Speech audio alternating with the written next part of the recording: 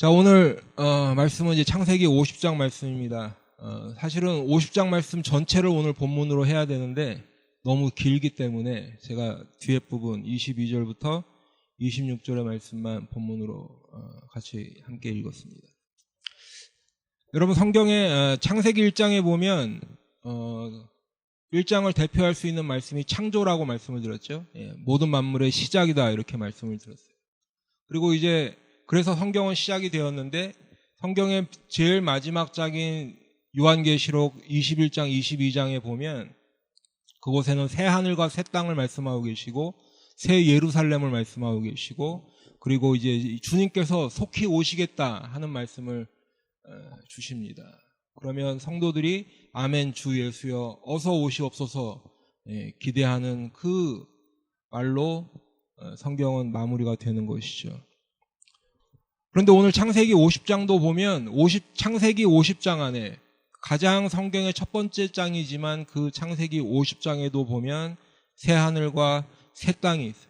새 예루살렘을 볼 수 있고, 그래서 그 새 하늘과 새 땅, 새 예루살렘을 상징하는 하나님께서 맹세하신 땅, 하나님께서 약속하신 땅, 가나안 복지로 이제 야곱의 장례라는 그 절차를 거쳐서 들어가는 그것을 말씀하고 계시다는 것이죠. 그리고 또한 또 한 명의 믿음의 사람인 요셉도 장차 하나님께서 맹세하신 땅에 이르게 하실 때에 여기서 내 해골을 메고 올라가라 라는 말로 이제 창세기 50장이 마무리되는 것을 볼 수 있습니다. 야곱과 요셉은 새 하늘과 새 땅, 새 예루살렘, 가나안 복지를 소망하고 있었다 하는 것이죠. 그 소망으로 창세기 50장이 이제 마무리가 됩니다. 여러분들 다 아시는 대로 창세기 1장 1절 태초에 하나님이 천지를 창조하시니라. 이제 하나님께서 태초에 천지를 창조하셨다는 것은 곧 시간과 공간이 존재하기를 시작하였다라는 말과 같은 말이죠. 하나님께서 창조하심으로 시간과 공간이 시작이 되었다라는 거예요. 그런데 하나님은 시간과 공간을 초월해 계시는 분이에요. 영원하신 분이에요. 그런데 창조를 통해서 시간과 공간을 창조하시고 그 시간과 공간이라는 것에 하나님 스스로를 들어오셨다라는 거예요. 그 시간과 공간 안으로. 그리고 이제 우리 타락한 인간들이 예수를 통해서 의롭다 하시고 이제 죄로 물든 세상을 새 하늘과 새 땅, 새 예루살렘으로 인도하실 것이다. 이것이 하나님의 구원 계획인데 성경은 그 처음과 마지막이 있다는 것을 우리에게 말씀하고 계신 거죠. 그리고 창세기 50장이 그 마지막을 보여주는 그림자 역할을 하고 있다는 거예요. 여러분, 우리가 창세기를 한번 돌아보면 창세기는 하나님의 창조와 시작되었죠. 창조로 시작되었죠. 인류의 시작을 성경은 말하고 있습니다. 그런데 그 인간이 범죄하였어요. 하나님께 범죄하였고 또 그로 인해서 죄로 인해서 사망이 들어왔다. 에덴에서 결국 추방되었습니다. 그리고 그 추방 이후의 삶은 어땠어요? 가인이 살인하는 것으로 성경은 말하고 있어요. 죄로 세상은 가득하게 되었어요. 그리고 노아의 홍수와 하나님의 심판이 있었어요. 하나님은 더 이상 물로 세상을 심판하지 않으시겠다는 무지개의 언약을 주셨습니다. 성경에는 창세기에는 또 바벨이 있어요. 바벨 사건을 통해서 언어가 갈라졌어요. 또 아브라함을 택하시고 그리고 자손과 땅에 대한 언약도 주셨습니다. 창세기에는 멜기세덱도 있어요. 그리고 소돔과 고모라도 있어요. 불의 심판에 어떻게 보면 맛을 보여주셨다라는 거죠. 하나님께 드리는 제사도 있습니다. 이삭도 있고요. 희생 제물도 나옵니다. 야곱도 있고 장자의 명분이 있어요. 베델도 있고 야곱의 12아들이 있고 약복강나루 브니엘에서 하나님을 만나는 야곱이 이스라엘이 되는 모습도 있습니다. 요셉도 있어요. 요셉이 애굽의 총리가 되죠. 기근이 있습니다. 그리고 다시 요셉과의 만남이 있습니다. 애굽으로 이주하게 되고 야곱이 아들들에게 축복하는 모습 볼 수 있습니다. 그리고 이제 야곱이 죽어 조상들이 묻혀 있는 그 가나안 땅 마므레 앞 막벨라 밭 굴에 장사되어집니다. 그리고 요셉도 죽게 되죠. 이것이 창세기 내용이에요. 1장부터 50장을 이렇게 빨리 끝내드렸어요. 창세기에는 이런 것들이 있어요. 그리고 그뿐 아니라 우리가 신약에서 볼 수 있을 거라고 기대했던 것들도 창세기에서 볼 수 있는데 창세기 안에 복음이 벌써 있다라는 거예요. 창세기에 메시아가 있고 부활의 신앙이 있고 은혜가 있고 믿음이 있고 천국이 이미 창세기부터 우리에게 주어졌다는 거예요. 말씀을 통해서. 창세기에는 인간이 태어나서 죽을 때까지 겪을 수 있는 모든 과정이 다 있습니다. 사람의 인생 가운데서 일어날 수 있는 모든 선과 악에 대한 것들이 창세기에 있어요. 그리고 죽음 이후에 천국에 들어가는 과정이 창세기에 있는 것입니다. 여러분, 오늘 창세기 50장에는 두 명의 믿음의 사람의 죽음이 있죠. 야곱의 죽음과 야곱의 장례식, 그리고 요셉의 죽음이 기록되어 있습니다. 먼저 우리가 야곱의 장례식을 한번 보게 되면 이 야곱의 장례식은 굉장히 성대한 장례식이었어요. 요즘으로 치면 국장급에 해당하는 그런 장례식이었습니다. 애굽 사람들이 70일을 야곱을 위해서 애도하며 곡하였다라고 성경 기록하고 있어요. 애굽에서 가나안으로 가는 그 장례 행렬은 어마어마했습니다. 많은 사람들이 장례 행렬을 따라갔어요. 7절에서 8절 말씀에 보면 요셉이 자기 아버지를 장사하러 올라가니 바로의 모든 신하와 바로 궁의 원로들과 애굽 땅의 모든 원로와 요셉의 온 집과 그의 형제들과 그의 아버지의 집이 그와 함께 올라가고라고 기록되어 있어요. 계속해서 9절에도 보면 병거와 기병이 요셉을 따라 올라가니 그 때가 심히 컸더라라고 기록하고 있습니다. 바로 왕의 모든 신하 그리고 모든 애굽의 원로들이 다 그 장례 행렬을 따라갔다라는 거예요. 그뿐만 아니라 온 집안 사람들이 당연히 다 따라갔겠죠. 그리고 병거와 기병이 그 장례 행렬을 호위하며 가나안 땅까지 들어가게 됩니다. 어마어마한 장례 행렬이었어요. 성경은 이제 이들이 요단강 근처에 있는 아닷마당이라는 곳에 도착했다라고 말씀하고 있어요. 아닷마당에 도착해서 요셉은 7일을 더 애곡합니다. 그런데 그 모습을 본 가나안 사람들이 그 큰 장례 행렬을 보고 아닷마당이라는 곳을 애굽 사람의 큰 애통이라는 의미로 아벨 미스라임이라고 부르게 됐어요. 아벨 미스라임. 그리고 성경에 보니까 그곳이 요단강 건너편이더라라고 기록되어 있어요. 자, 요단강이 가운데 있고 지금 가나안 사람들이 요단강 건너편 그 아벨 미스라임이라는 곳에 있는데 그곳에서 7일을 애곡하며 있는데 그 모습을 가나안 사람들이 보고 요단강 건너편이라 했다 그러면 지금 아벨 미스라임이 요단강의 동쪽이 되겠죠? 가나안 사람들은 요단강 서쪽에 살고 있으니까. 그런데 만일 그 관점이 요단강 건너편이라고 말하는 그 관점이 장례 행렬 사람들 관점에서 요단강 건너편이라고 했다면 요단강 서쪽이 되겠죠. 그렇죠? 그런데 이쪽 가능성과 저쪽 가능성, 지금 그 지역이 명확하지 않아서 성경학자들은 의견이 분분해요.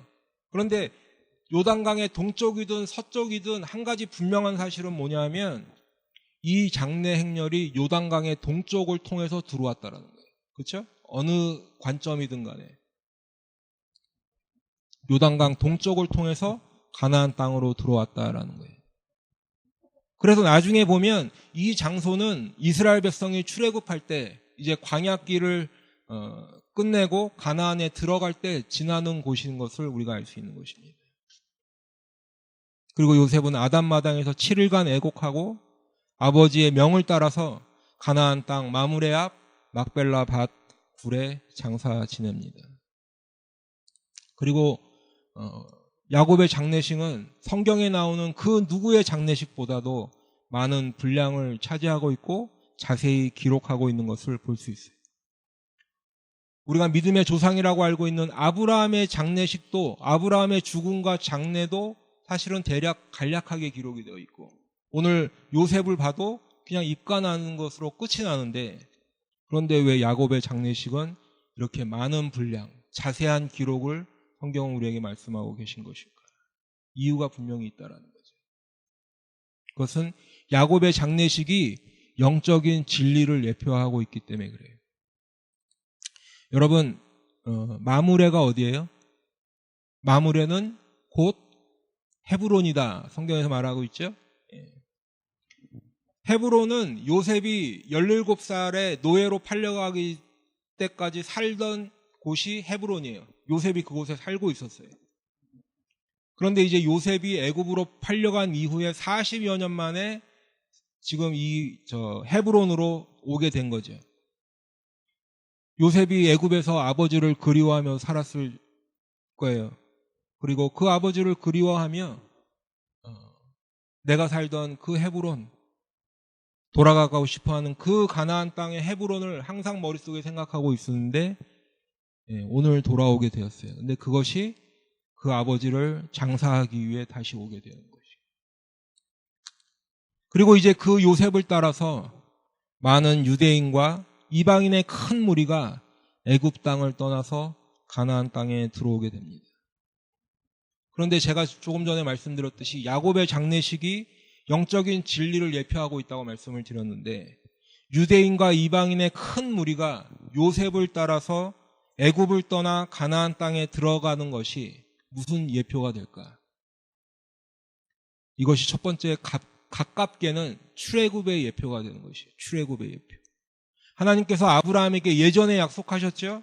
내 자손은 4대 만에 이 땅으로 돌아오리니, 그 약속하신 대로 이제 이스라엘 백성을 다시 가나안 땅으로 인도하실 것이다. 오늘 그 하나님의 약속이 반드시 이루어질 것이라는 것을 미리 보여주고 계신 것이죠.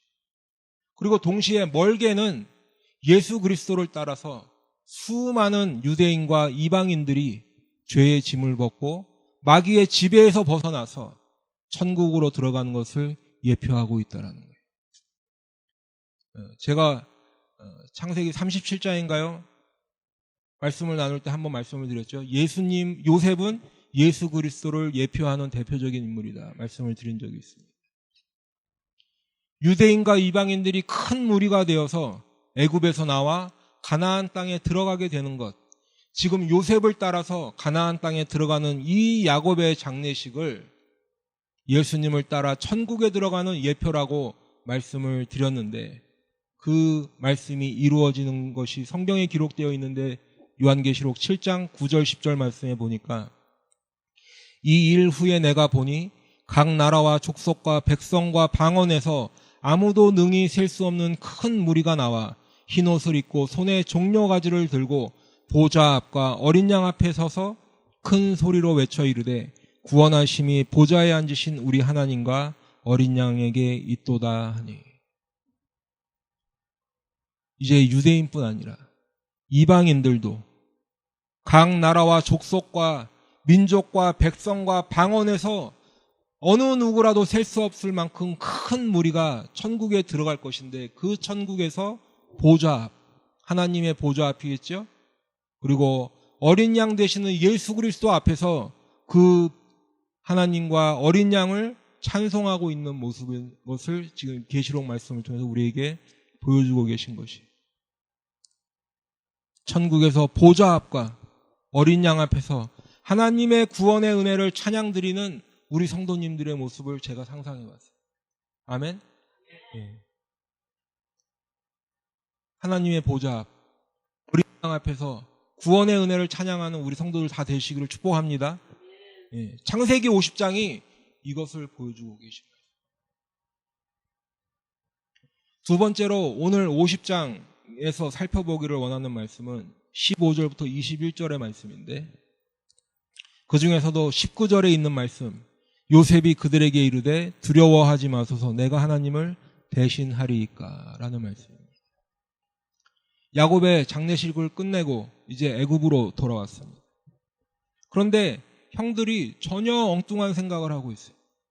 요셉이 혹시 우리를 미워해서 우리가 요셉에게 행한 모든 악을 갚지는 않을까? 이미 애굽에서 요셉과 몇 년을 살은 거예요? 17년을 지냈어요. 단순히 지낸 것이 아니라 요셉은 아버지와 형들을 애굽으로 모셔왔어요. 그리고 기근 때뿐만 아니라 기근이 지난 후에도 지금까지도 정성을 다해서 섬겼어요. 그런데 그런 요셉의 모습을 요셉이 그렇게 섬겨왔는데도 전혀 생각지도 못한 말을 지금 요셉이 듣게 되는 거예요. 그러면서 덧붙이는 말이 아버지도 돌아가시기 전에 형들의 허물과 죄를 용서하라고 했다고 이렇게 요셉에게 말합니다. 그리고 이제 형들은 우리 죄를 이제 용서하소서. 이 말을 들은 요셉은 울었더라라고 기록하고 있어요. 아직도 형들이 나를 이렇게 오해하고 있구나. 기가 막혔겠지. 형들이 이제 요셉 앞에 나와 엎드려서 우리는 당신의 종들이니이다 말하고 있어요. 그런 형들을 바라보며 이제 요셉은 완곡한 말로 형들을 위로하고 있어요. 2번이나 두려워하지 마소서라고 위로하고 있습니다. 그러면서 당신들은 나를 해치려 하였으나 하나님은 그것을 선으로 바꾸사라고 말하고 있어요. 그런데 이 말들은 이미 요셉이 형들을 만났을 때, 자신이 요셉임을 밝힐 때 이미 다 했던 말들이에요. 나를 이리로 보내신 이는 당신들이 아니요 하나님이시라. 형들이 나에게 한 악한 행동은 물론 내 과거이기 때문에 아직도 기억하고 있지만, 그리고 그 일 때문에 내가 애굽으로 팔려오게 되었지만, 그러나 하나님께서는 그것을 선한 결과로 바꾸어 주셨으니 결국에는 형들이 아니라 하나님께서 나를 보낸 것이라는 거죠. 그러니 내가 애굽의 총리라고 지금 그 권한을 가지고 있다고 해서 예전에 있었던 일 한을 품고 형들을 해칠까 두려워하지 말라는 거예요. 내가 하나님을 대신하리까.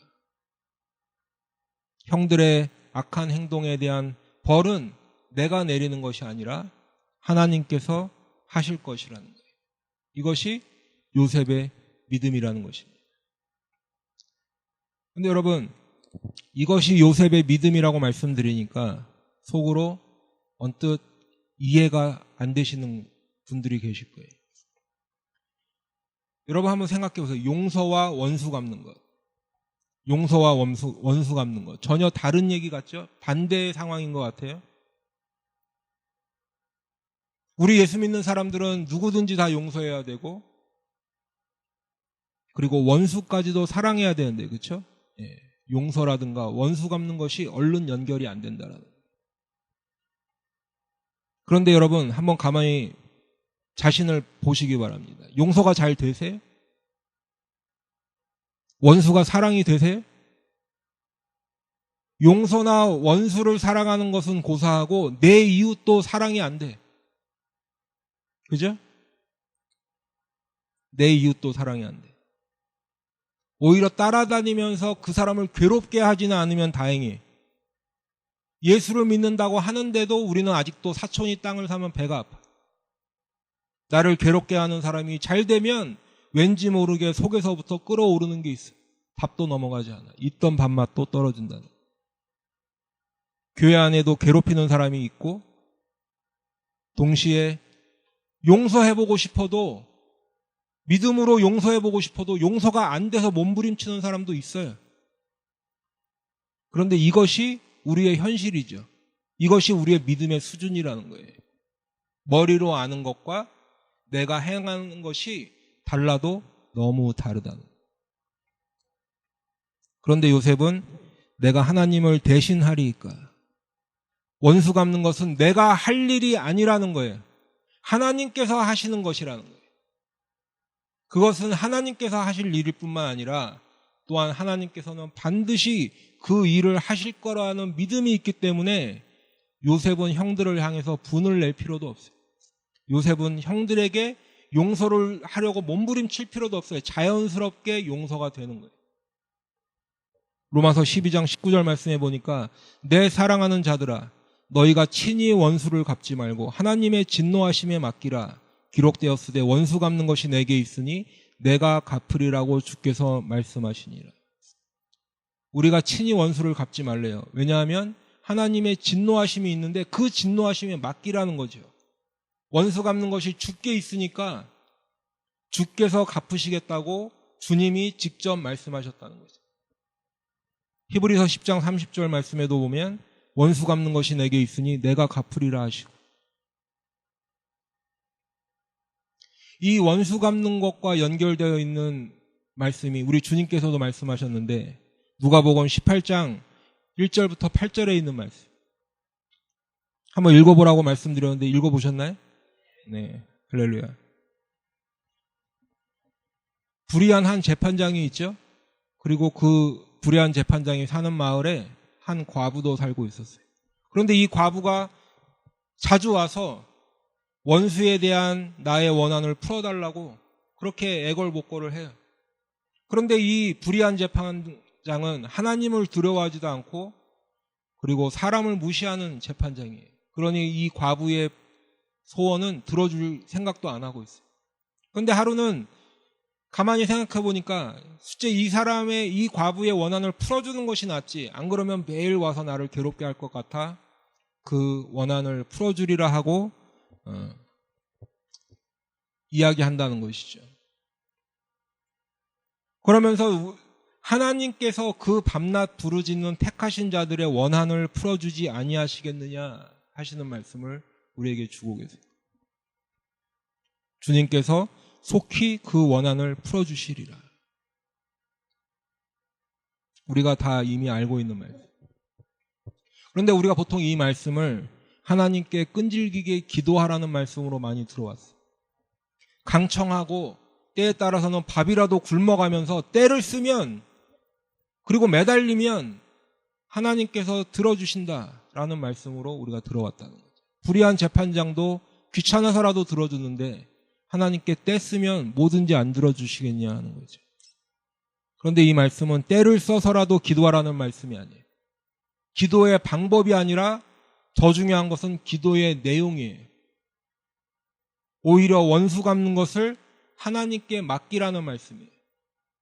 하나님께서 반드시 그 원한을 풀어주신다라고 하는 말씀인 것입니다.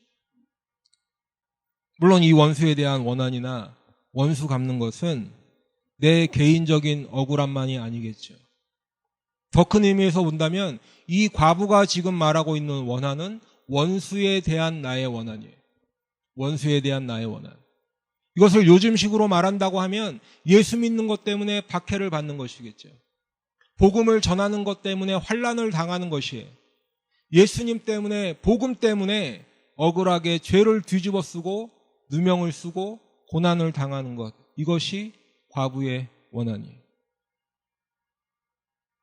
성경은 우리들이 고아나 과부, 나그네, 가난한 사람들과 고난받는 사람들을 돌보라고 말씀하고 있어요.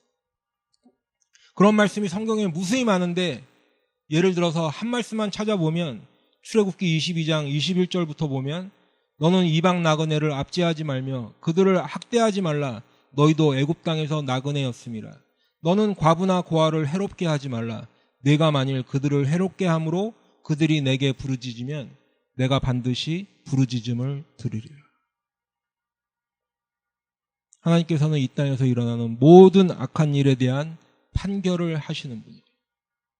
동시에 억울한 사람들을 신원하여 주시는 공의로운 재판관이다, 성경은 말씀하고 있어요.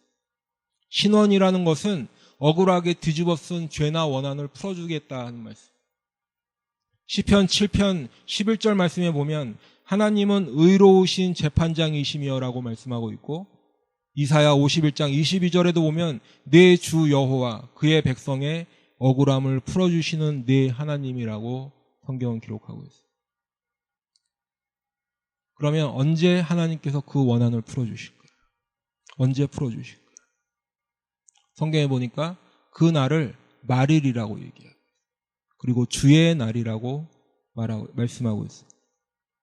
그리고 이 말일, 주의 날은 하나님의 심판의 날이라고 성경은 얘기하고 있어요. 의로우신 재판장이신 메시아가 판결을 내리시는 날이다라고 성경 우리에게 말씀하고 있습니다. 이 날은 하나님께서 하나님의 백성들의 적들에게 보수하시는 날이에요. 동시에 하나님의 백성들에게는 신원하시는 날이고 위로의 날이 되는 것이에요. 주님께서 다시 오실 때 세상 모든 사람이 다시 오시는 주님을 보지만 예수를 믿지 않는 사람은 곡하면서 주님을 맞이하는 거예요. 그런데 주를 믿는 사람들은 찬양하며 맞이하는 거죠.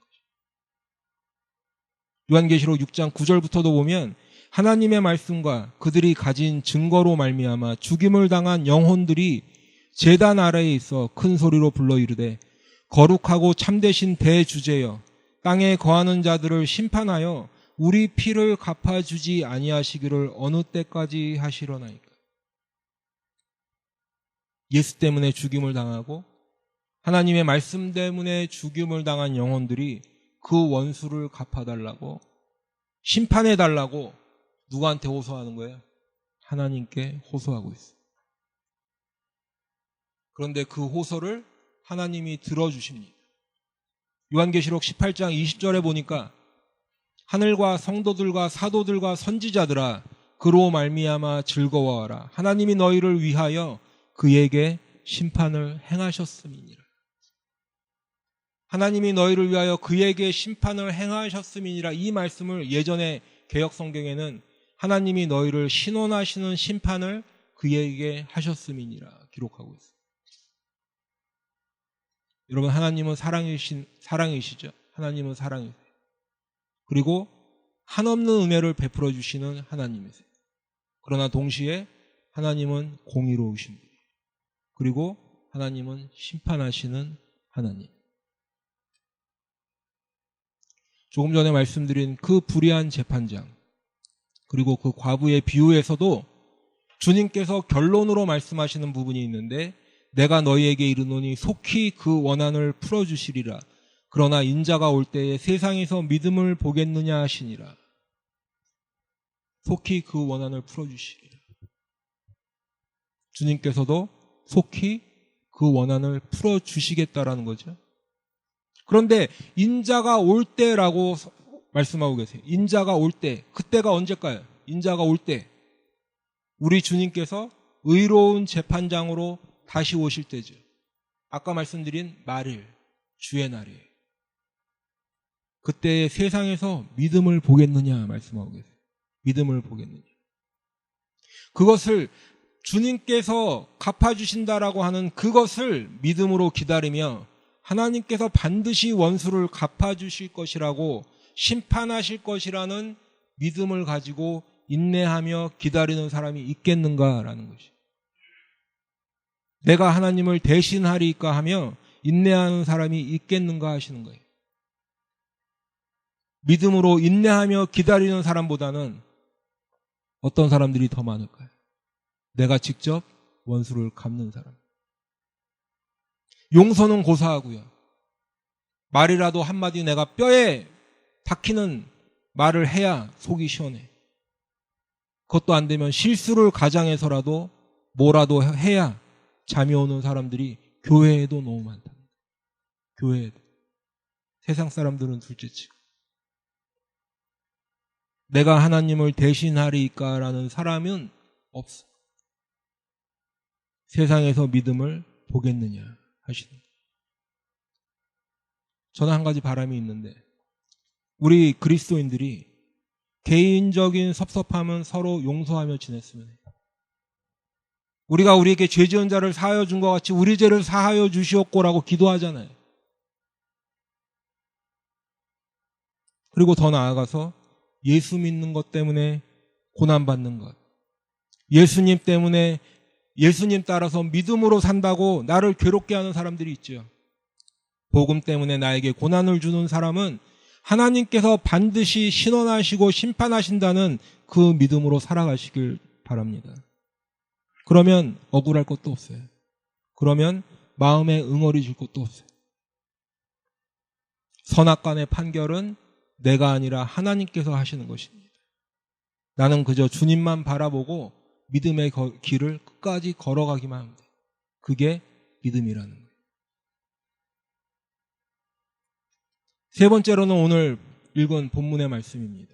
22절부터 26절의 말씀인데 그 중에서도 24절, 25절 말씀을 보면 요셉이 그의 형제들에게 이르되 나는 죽을 것이나 하나님이 당신들을 돌보시고 당신들을 이 땅에서 인도하여 내사 아브라함과 이삭과 야곱에게 맹세하신 땅에 이르게 하시리라 하고 요셉이 또 이스라엘 자손에게 맹세시켜 이르기를 하나님이 반드시 당신들을 돌보시리니 당신들은 여기서 내 해골을 메고 올라가겠다 하라 하였더라. 여러분 창세기 50장 앞부분에서 야곱의 장례식이 있었는데 이제 그 장례식이 끝나고 54년이라는 시간이 흘렀어요. 요셉도 나이가 110세가 되었습니다. 애굽에서 살면서 하나님의 은혜로 에브라임의 자손 3대까지 봤어요. 그리고 므낫세의 아들 마길의 자손까지 이제 그 스라에서 키우는 그 은혜를 받게 되었어요. 그리고 그동안에 몇몇 형들은 죽었을지도 몰라요. 그렇죠? 그래도 아직도 살아있는 형들이 더 많았던 것 같아요. 그리고 이제 야곱의 11번째 아들인 요셉도 이제 임종을 앞에 두고 있는데 그때 그 형들에게 마지막 말을 남기고 있습니다. 첫 번째가 하나님께서 당신들을 돌봐주실 것이다. 그동안 애굽에서 살면서 내가 아버지와 형들을 봉양하였지만 그것은 사실 하나님께서 하신 것이라는 것이죠. 그리고 지난 시간 그렇게 인도하신 하나님께서 돌보신 하나님께서 앞으로도 돌보실 것이라는 거예요.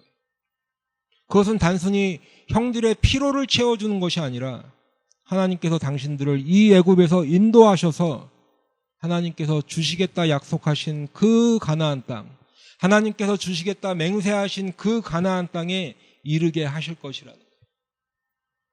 그래서 형들은 나에게 약속할 것이 하나 있는데 하나님께서 당신들을 이 땅에서 이끌어내실 때에 내가 죽은 몸, 내 죽은 몸, 내 해골이라도 메고 올라가겠다고 약속하라는 거예요.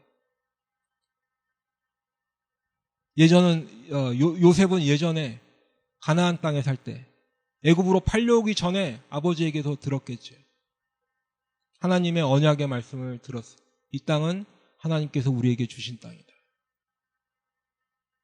비록 지금은 이 땅에 다른 민족들이 살고 있고 우리보다 더 강한 민족들이 살고 있고 우리에게는 힘이 없지만 이 땅은 하나님이 우리에게 주신 땅이에요.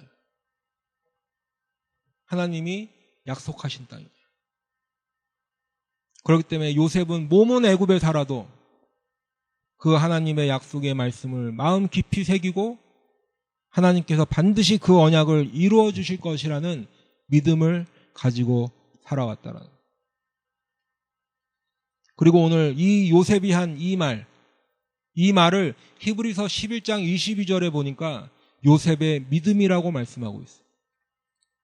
요셉의 일생 가운데 믿음으로 행한 일들이 많이 있을 텐데도 다른 일이 아닌 오늘 이 임종을 앞두고 유언으로 남긴 이 말이 요셉이 믿음으로 한 말이라는 거예요.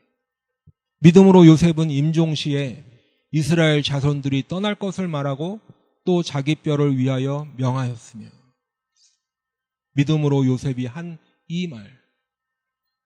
그런데 왜 요셉의 수많은 말과 행동 중에서 이 일이 믿음이라고 성경은 말씀하고 있을까요? 그 이유는 맹세하신 땅에 대한 소망 때문에 그래요. 하나님께서 약속하신 땅에 대한 소망 때문에 그렇다는 거예요. 아브라함과 이삭과 야곱에게 맹세하신 땅에 이르게 하시리라. 우리 조상들에게 맹세하신 땅에 하나님께서 그 약속하신 땅 가나안에 이르게 하실 것이라는 거예요. 지금 육신의 몸은 비록 애굽에서 죽어도 하나님께서 맹세하신 땅, 하나님께서 약속하신 땅, 하나님께서 약속하신 그 가나안 땅에 대한 소망은 절대 포기하지 못하는 거예요. 지난주에도 말씀을 드렸지만 히브리서 11장에 나오는 수많은 믿음의 사람들이 갖는 공통점이 하나 있는데 약속의 땅, 가나안 땅, 하늘 본향에 대한 소망을 가지고 있었다는 거예요. 세상에 소망을 두고 살아가는 것이 아니라 하나님 아버지께서 계신 그곳, 하나님을 믿는 주의 백성들이 모두 모여서 살아계신 하나님을 영원히 찬양하며 머무르는 거하는 그곳, 하늘 본향에 대한 소망을 가지고 살아갔다는 거예요. 요셉도 그 중에 한 명이라는 거예요. 그리고 하나님께서 반드시 주를 믿는 하나님의 백성들을 그 가나안 땅 하늘 본향으로 인도하실 것이라는 믿음이. 오늘 처음 말씀드릴 때에 창세기 50장에서 새 하늘과 새 땅, 새 예루살렘을 볼 수 있다 이렇게 말씀을 드렸었는데, 요셉이 그 하늘 가나안 하늘 본향을 믿음으로 바라보았다 성경은 기록하고 있어요. 그리고 그 새 하늘과 새 땅, 새 예루살렘 하늘 본향에는 요한계시록 21장 3절부터 보니까 하나님이 저희와 함께 거하시리니 저희는 하나님의 백성이 되고 하나님은 친히 저희와 함께 계셨어요. 그러면 여기서 말하는 저희는 누구를 말하는 것일까요?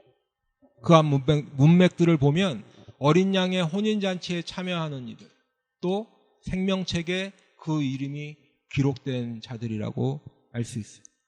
쉽게 얘기하면 구원받은 자들이에요. 하나님께서는 구원받은 자들과 함께 거하신다고 지금 이 읽어드린 이 짧은 말씀에도 2번이나 말씀하고 계세요. 하나님이 저희와 함께 거하시리니 하나님이 친히 저희와 함께 계셨어요. 그리고 이제 그곳에 들어가면 모든 눈물을 그 눈에서 닦아주시니 약속하고 계십니다. 그곳은 이제 더 이상 세상의 모든 고통이나 아픔 또는 고난이나 원한이 없는 곳이, 다시 사망이 없고 애통하는 것이나 곡하는 것이나 아픈 것이 다시 있지 아니하리니 처음 것들이 다 지나갔음이로라.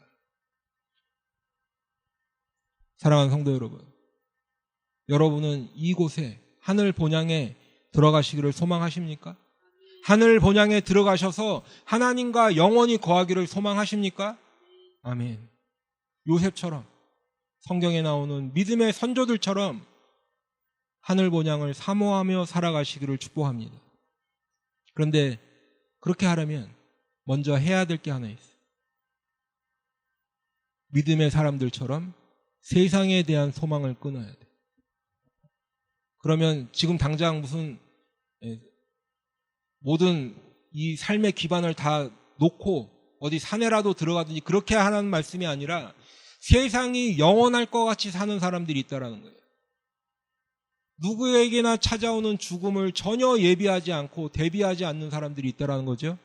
이 세상에서 누릴 것 다 누리며 살다 가면 끝이다라고 생각하는 사람들이 있다라는 거예요. 그 세상에 대한 소망을 끊어야 된다라는 거예요. 그리고 하나님과 상관이 있어져야 돼요. 하나님과 관계가 생겨야 돼요. 그래야 그곳에 갈 수 있어요. 내가 원한다고만 되는 것이 아니라. 저희는 하나님의 백성이 되고 하나님은 친히 저희와 함께 계셔서라고 성경은 말씀하고 있죠. 저희는 하나님이 백성이 되어야 돼요. 하나님의 백성이 되고 하나님과의 관계가 생기고 하나님과의 상관이 있어지는 길은 오직 한 가지, 뭐예요? 오직 예수 그리스도. 성경은 그 예수님의 모든 초점이 맞춰져 있는 거예요. 호세아 13장 4절 말씀해 보니까 나는 내 하나님 여호와라. 나밖에 내가 다른 신을 알지 말 것이라. 나 외에는 구원자가 없느니라 하셨고, 사도행전 4장 12절 말씀에도 다른 이로서는 구원받을 수 없나니 천하 사람 중에 구원을 받을 만한 다른 이름을 우리에게 주신 일이 없음이라. 사랑하는 성도 여러분, 우리는 지난 1년 넘게 창세기를 통해서 은혜를 나누었습니다. 그리고 오늘 창세기 50장 말씀에는 이제 새하늘과 새 땅, 새 예루살렘, 그것을 상징하는 하나님께서 맹세하신 땅 가나안 복지로 들어가는 것을 미리 보여주는 것이라고 말씀을 드렸습니다. 요셉이 야곱의 장례를 하기 위해서 유대인과 이방 사람들을 인도해서 가나안 땅으로 들어가는 것은 우리 예수님께서 모든 나라와 족속과 백성과 당원들을 천국으로 인도하는 것의 예표라고 말씀을 드렸죠. 그리고 내가 하나님을 대신하리이까 하나님께서 마지막 날에 모든 믿는 사람들의 원한을 풀어주시고 모든 악한 일을 심판하실 것이다. 그래서 우리는 믿음으로 인내하며 기다리는 것이다. 성도들의 인내가 거기 있다 말씀드렸습니다. 그리고 요셉과 모든 믿음의 조상들이 하늘 본향을 사모하였듯이 우리도 새하늘과 새 땅, 새 예루살렘, 하늘 가나안, 하늘 본향을 사모하는 믿음의 사람으로 살아가야 된다라고 말씀을 드렸습니다. 그리고 이 세 가지 말씀을 한 가지로 요약해보면, 한마디로 요약해보면 마지막 날에 하나님의 백성들에게 일어날 일이 되겠죠. 결국은 종말에 관한 말씀이다라는 거예요. 종말. 그래서 오늘 창세기 50장이 성경 전체의 마지막을 미리 맛보여주는 그림자와 같다고 말씀을 드리는 것이. 사랑하는 성도 여러분, 하나님은 영원하신 분이. 그런데 우리 인간은 시간과 공간을 떠나서는 살 수도 없고 생각할 수도 없어요. 그렇기 때문에 제가 지난번에도 말씀을 드렸지만 영원이라는 개념을 완전히 이해하는 인간은 있을 수 없다고 말씀을 드렸죠. 한 번도 그렇게 살아보질 않았기 때문에. 그런데 성경은 우리 인간의 시작을 분명히 말씀하고 계세요. 어떻게 인간이 시작되었는가? 이 인류가 어떻게 시작되었는가? 그리고 마지막에도 어떻게 될 것이라는 것을 분명히 말씀하고 계세요. 우리가 언제가 될지 그 날과 시간은 알 수 없지만 분명히 마지막은 있다라는 것이죠. 영원할 것 같은 이 세상도 분명히 마지막이 있고 다 없어져 버릴 것이라는 거예요. 그리고 우리는 이제 말씀을 통해서 그 마지막이 어떻게 될 것인가를 알았기 때문에 뭐 할 수 있을까요? 준비할 수 있어요. 예비할 수 있어요. 그리고 그 예수님을 믿어서 그 마지막을 준비하여 하늘 본향에 들어가서 하나님과 함께 영생을 누리는 은혜를 받게 되는 사람들은 그때 가면 영원이라는 개념을 이제 온전히 이해할 수 있겠죠. 온전히 깨닫게 되겠죠.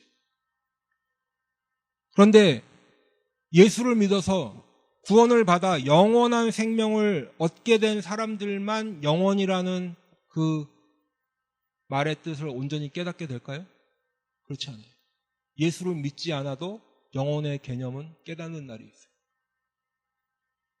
예수를 믿지 않아서 하나님의 심판을 받아서 둘째 사망, 불못에 던져지는 사람들도 사실은 영혼이라는 것이 어떤 것인가를 깨달을 수 있어요. 왜냐하면 그 불못, 둘째 사망은 한 번 들어가면 영원히 나올 수 없는 곳이기 때문에 그래요. 사랑하는 성도 여러분, 지금 이 순간도 하나님은 우리를 하늘 본향으로 오라고 부르고 계세요. 하나님의 구원의 은혜 안으로 들어오라고 지금도 우리를 부르고 계세요. 하나님은 우리 하나님이라고 불러주시는 것을 전혀 부끄러워하지 않으신다고 성경은 말씀하고 있는데, 그리고 친히 우리의 하나님이 되어주신다고 약속하고 계십니다. 지금도 우리를 하나님의 백성으로 불러주고 계세요. 우리에게 말씀을 통해서 부르시고 계세요. 사람을 통해서 부르고 계세요. 또는 우리의 환경을 통해서 구원의 손길을 베풀고 우리를 구원 안으로 들어오라고 불러주고 계시다라는 거예요. 그러면 우리는 그 하나님의 부르심에 어떻게 반응해야 할까요? 그 하나님의 부르심에 아멘하고 순종하며 나아가야겠죠. 그 하나님의 부르심에 다 아멘하고 순종하는 저와 여러분 되길 바랍니다.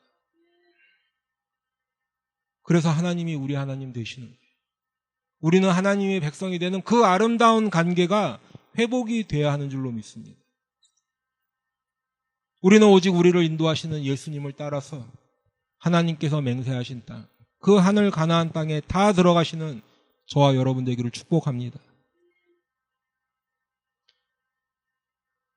그리고 예수님을 따라 살고 말씀 따라 살면 행복한 일만 있는 것이 아니라 내가 받아야 하는 고난이 있다고 성경은 말씀하고 있고, 그리고 원수에 대한 원한도 있어요. 핍박도 있고. 그런데 하나님께서 그 원한을 풀어주실 것이다. 그 악한 일을 심판하신다는 것을 믿음으로 인내하며 끝까지 승리하는 저와 여러분 되기를 축원합니다. 그리고 이제 더 이상 이 세상에 소망 두는 것이 아니라 하나님께서 하나님의 백성과 함께 하시는 하나님의 나라, 하늘 본향을 사모하며 영원한 생명을, 약속하신 영원한 생명을 얻어내는, 받게 되는 저와 여러분 다 되시기를 예수님의 이름으로 축복합니다. 아멘. 기도하겠습니다.